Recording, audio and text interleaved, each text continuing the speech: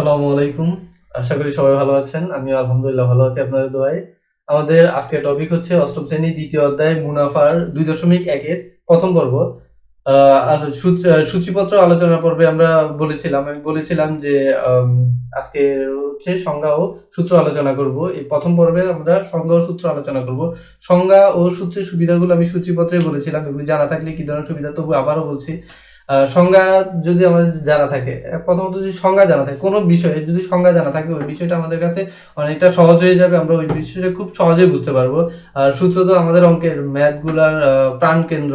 সূত্র জানা থাকলেই আমরা ম্যাথগুলা করতে পারবো, আদারওয়াইজ সূত্র জানা যদি না থাকে আমরা অঙ্কটা আসলে কিছুই ঢুকবে না মাথায়। তো আমরা সংজ্ঞাগুলো দেখি। সর্বপ্রথম কি আছে? ক্রয় মূল্য। ক্রয় মূল্যটা কি? ক্রয় মূল্যটা আমরা মোটামুটি সবাই একটা জিনিস ধারণা আছে বা অভিজ্ঞতা আছে, এক্সপিরিয়েন্স আছে, যেটা হচ্ছে আমরা দোকানে গিয়ে কিছু না কিছু কিনেছি। আমাদের জীবনে একটা বারের জন্য হলেও কিছু না কিছু কিনেছি। তো যে কেনার সময় যে মূল্য দিয়ে আমরা কিনেছি, জিনিসটা ক্রয় করেছি, ওটা হচ্ছে আমাদের ক্রয় মূল্য। এরপর আসুন বিক্রয় মূল্য। বিক্রয় মূল্যটা কি? বিক্রয় মূল্যটা হচ্ছে আমরা যে জিনিসটা কিনেছি ওই জিনিসটা বিক্রেতা আমাদের কাছে বিক্রি করেছে। তো বিক্রেতা বিক্রি করেছে, যে মূল্যে বিক্রি করেছে ওটা হচ্ছে ওই বিক্রেতার কাছে বিক্রয় মূল্য। অর্থাৎ আমরা যে মূল্যে ক্রয় করেছি সেটা হচ্ছে আমাদের কাছে ক্রয় মূল্য, আর বিক্রেতা যে মূল্যে বিক্রি করেছেন সেটা হচ্ছে বিক্রেতার কাছে বিক্রয় মূল্য। এরপর আসি বিনিয়োগ। বিনিয়োগটা কি? বিনিয়োগটা হচ্ছে আমরা যদি কোনো বিজনেস করতে যাই, তো সেই ক্ষেত্রে ধরেন যে কেউ যদি কোনো একটা বিজনেস করতে চায়, সেই বিজনেসের টোটাল যত টাকা পরিমাণ তার ইনভেস্ট করতে হয়, বিনিয়োগ করতে হয়, সেটা হচ্ছে কোনো একটা জিনিস কিনলাম, যে কোনো একটা জিনিস যদি কিনে আনতে হয়, মনে করেন একজন চাল বিক্রেতা, সে তো মনে করেন চাল কিনে আনবে বা গোডাউন থেকে চাল কিনে আনবে বা আপনার রাইস মিল থেকে চাল কিনে আনবে। চাল কিনে আনার সময় চালের মূল্য, তারপরে তার যাওয়ার ভাড়া, চাল নিয়ে আসার গাড়ি ভাড়া, তারপর লেবার খরচ, যত খরচ আছে সবগুলো মিলে তার যত টাকা খরচ হচ্ছে সেটা হচ্ছে টোটাল, যেটা হবে সেটা হচ্ছে বিনিয়োগ। এরপর আসি আমরা আসল। আসলটা অনেকটা বিনিয়োগের মতোই, আসল বা মূলধন যেটাই বলি না কেন, এটা অনেকটা আসলে বিনিয়োগের মতোই। আমরা যদি ব্যাংকে কিছু টাকা জমা রাখলাম, এর থেকে মুনাফা নিয়ে আমাদের মোটামুটি এই জিনিসটা আমাদের অনেকের জানা আছে যে আমরা অনেকেই এরকম এখন ব্যাংকের অনেক টাকা জমা রাখে, এরপর ওইখান থেকে মুনাফা নেয়, মান্থলি মুনাফা নেয়, 2 মাস 3 মাস পর 1 বছর পর মুনাফা নিয়েই থাকে। তো এই যে যত টাকা ব্যাংকে রাখা হলো ওটাই আসল বা মূলধন, বা আমরা এই বিজনেসে যত টাকা বিনিয়োগ করা হচ্ছে ওটাই হচ্ছে আসল বা মূলধন। এই এরপর আসি মুনাফা। বিজনেস মানুষ কেন করে? বিনিয়োগ কেন করে? বিনিয়োগ করে মানুষ লাভের আশায়।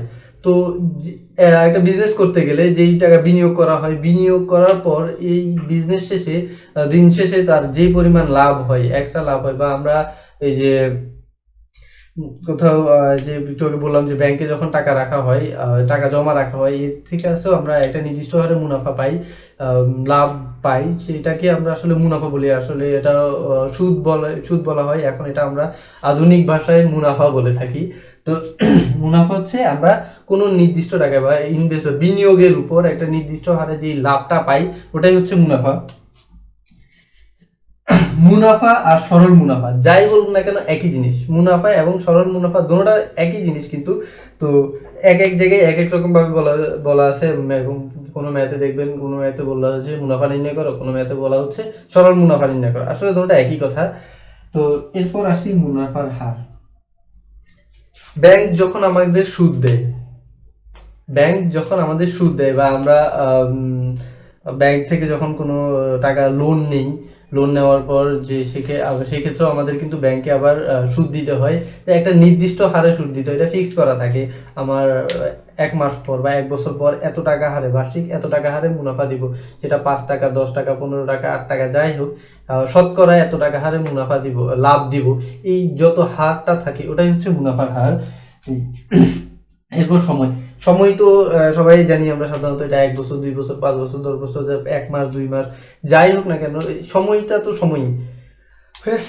এইটুকুই। এরপর আমরা চলে আসি সূত্রে। সূত্র আমরা এই অধ্যায়ের অঙ্ক করার 2.1 অঙ্ক করার জন্য এই একটাই সূত্র ব্যবহার করব, I = P/R।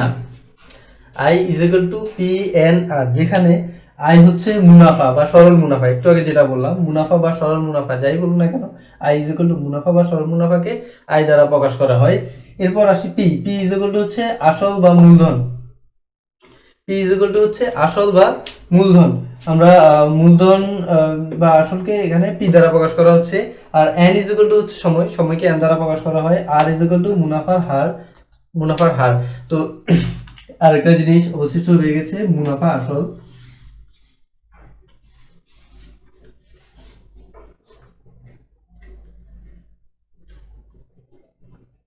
মুনাফা আসলকে এ দ্বারা প্রকাশ করা হয়। মুনাফা আসল এ ইজ ইকুয়াল টু মুনাফা প্লাস আসল, আই প্লাস পি।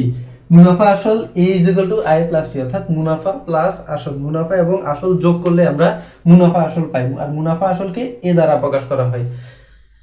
তো আজকের আশা করি এরপর কারো কোনো কনফিউশন থাকার কথা না। এরপরও যদি কারো কোনো কনফিউশন থেকে থাকে বা ডাউট থেকে থাকে তাহলে কমেন্ট বক্স ওপেন আছে, আপনারা কমেন্ট বক্সে নক করতে পারেন কমেন্ট করে।